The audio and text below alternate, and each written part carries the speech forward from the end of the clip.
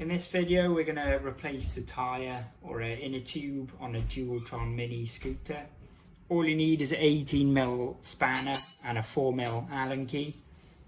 So the first thing you need to do is just remove this little rubber protector for the nut. And then you need to disconnect the rear drum brake. Just take that lock ring off.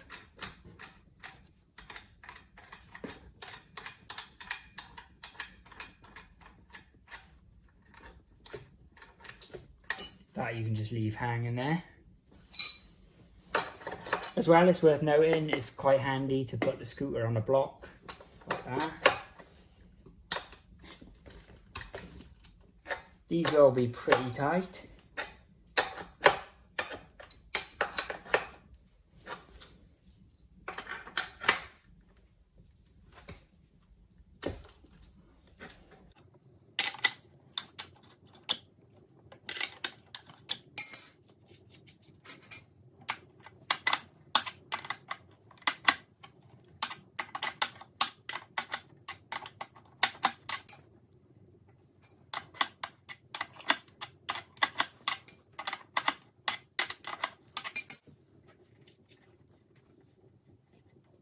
There's two little washers here which lock the wheel into place, and you need to just pop them out because otherwise the wheel won't drop out.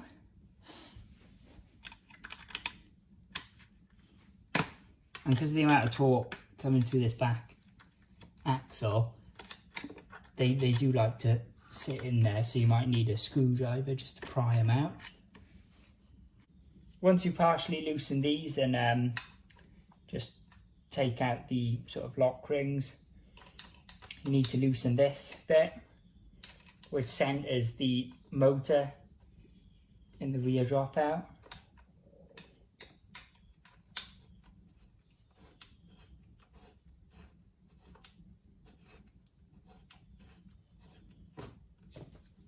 And then you may find that you need to tap the axle just to get this wheel out, but in this case it's fine.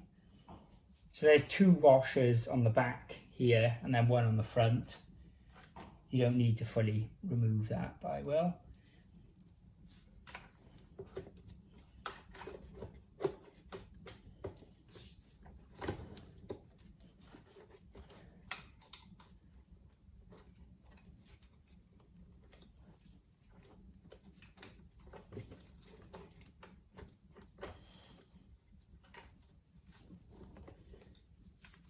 Again, this is a bit of a faff because you've got the power cable to the motor, so you haven't got much room to work.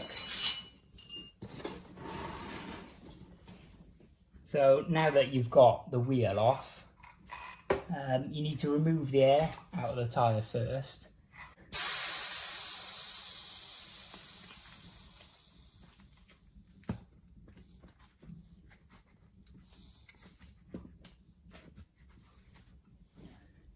So I think there's 6 4mm Allen key bolts down there. It's worth noting it's good to have an Allen key with quite a deep sort of straight section, just because these are countersunk quite deep into the rim and they will be on quite tight. And if you loosen them in opposites, just so you're not putting uneven pressure on the rim.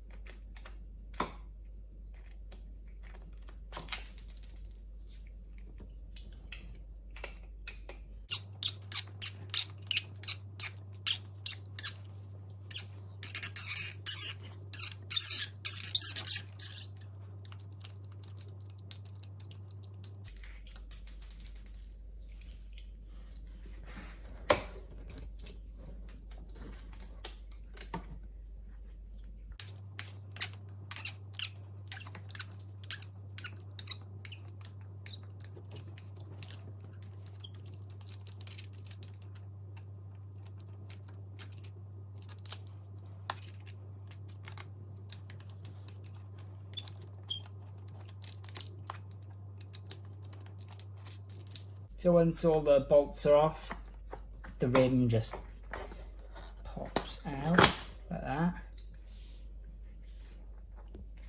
And then obviously you can peel the tube off out.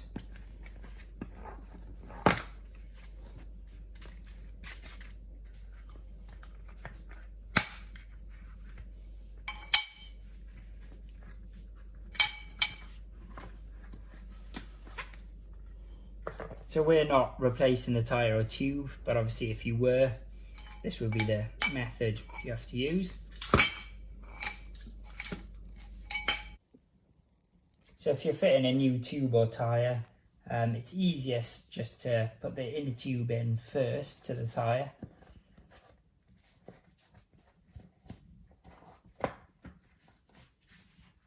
It's worth noting as well the rotation on the tyre, just so when you fit it, it's the right way around. And once your inner tube is in the tyre, you can then put the half of the rim on.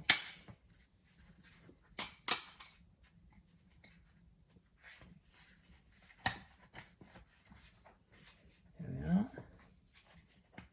And you can see when there's a little bit of pressure in the tube, once you push that onto the other side of the rim, the tube inside shouldn't pinch. So you just want to line up the two halves of the rim, put in one of the bolts.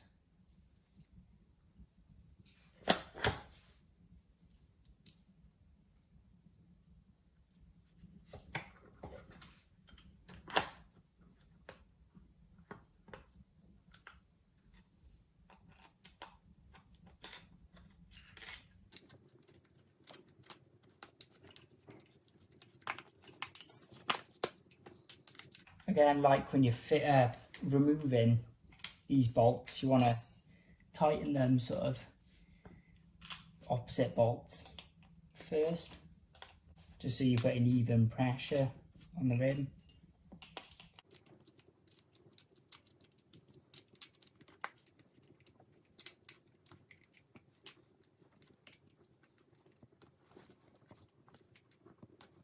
It's worth doing 2 bolts as well until they're home, just because then it means you won't have a gap in the rim and there's no chance you're gonna puncture the tube. Don't do these tight, just do them tight enough that the rim is solid in there then.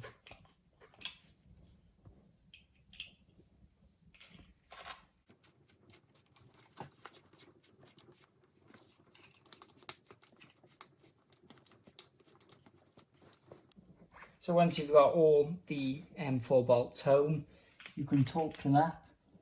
Since they're only little M4s, they don't need to be very tight because they're threading into aluminium rim, so you don't want to strip them. And with the pressure on the tyre, should hold them in. But obviously you want them tight enough.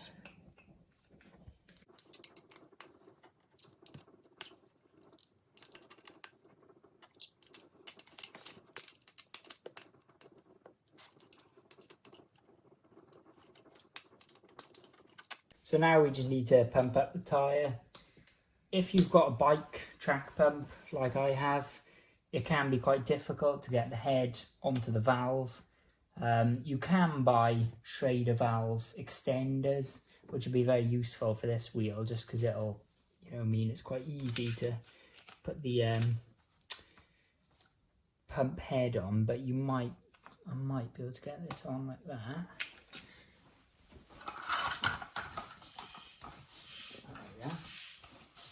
So I just use the Allen key just to pull out the valve a bit. So this tyre goes up to 50 psi, so I'll do it at 45. And there we are, that's nice and hard. So that's all pumped up and ready to go. So now we just need to fit the wheel again.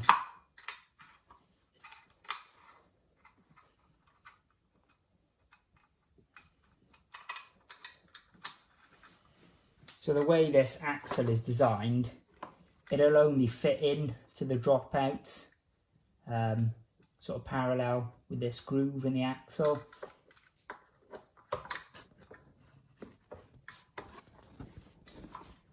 And it is quite tricky to get it back into the dropouts.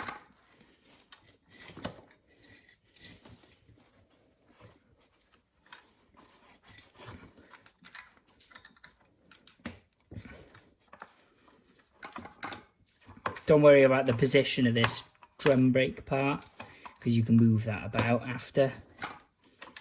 As long as this lever is just above this part, because this bolts up to here.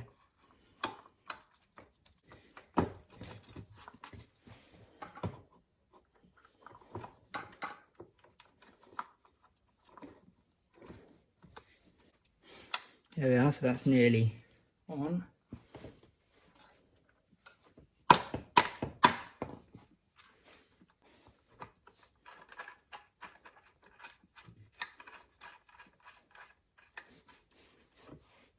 So you just need to make sure the little washers lock into the axle there and there. That just makes sure that the axle doesn't twist, and that if it was loose it wouldn't drop out.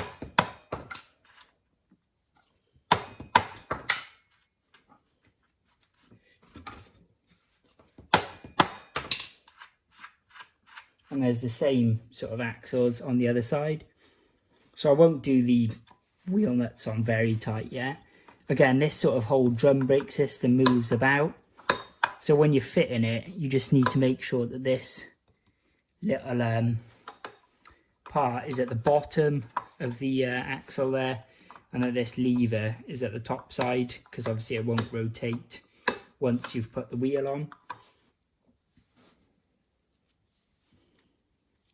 And then with this part, this lines up the drum brake unit, so you need 2 washers on the back side and 1 on the front.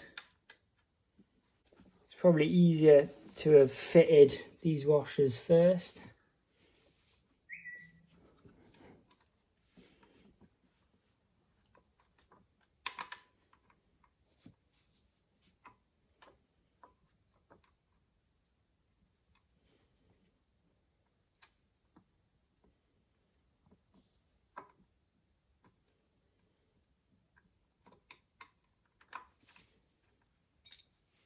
There we are, so they're on.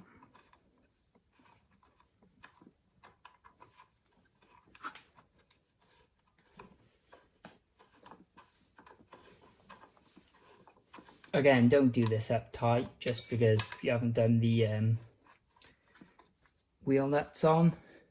So here, this needs to go over this little part of the hub down there, and then this brake ferrule sits in there. So you need to try and loop this metal part over here, but under the axle, like that, and then this brake ferrule just sits in there like that then. And then you use this to adjust the tension of your rear drum brake. So this part here just needs to go through there.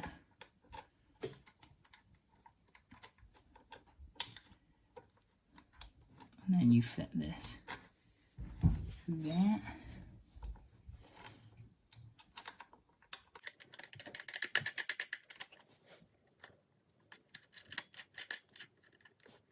And we'll adjust the brake tension at the end. But yeah, you just use this little nut there to do that. So once everything's on, I'll firstly tighten up the wheel nuts.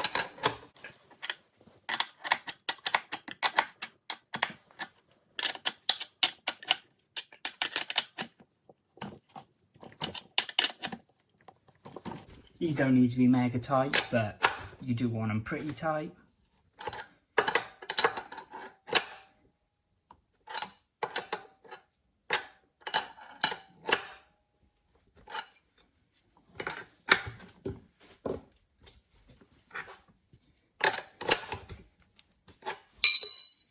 And then just pop this little rubber cover back on that brake.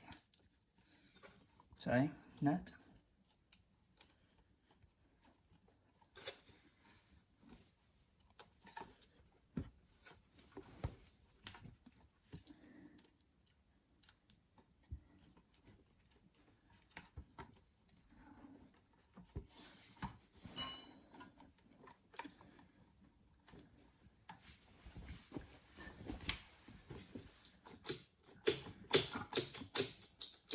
So with the brake tension, you can literally just go up to the brake lever and pull the brake lever slowly, and you'll feel slack in the cable. So before you're adjusting the brakes, it's worth putting the barrel adjuster all the way in, because here you can just do micro adjustments. But since we're adjusting the brake from the hub itself, we want that all the way in. So you can see this is all just slack in the cable, and then the brake starts to bite here. So once we're back down the hub, we'll tighten this a fair bit. Again, you can sort of see on the actual lever where the brake starts to bite. So we probably want it around there.